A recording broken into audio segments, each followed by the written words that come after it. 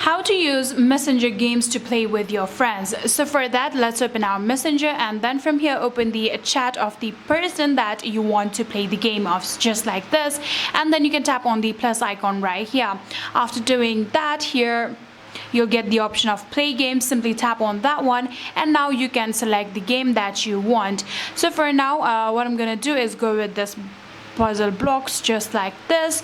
Tap on it, and after doing that, wait for a few seconds. Then you get this particular option where you can now tap on play on Facebook. Then tap on continue, just like this.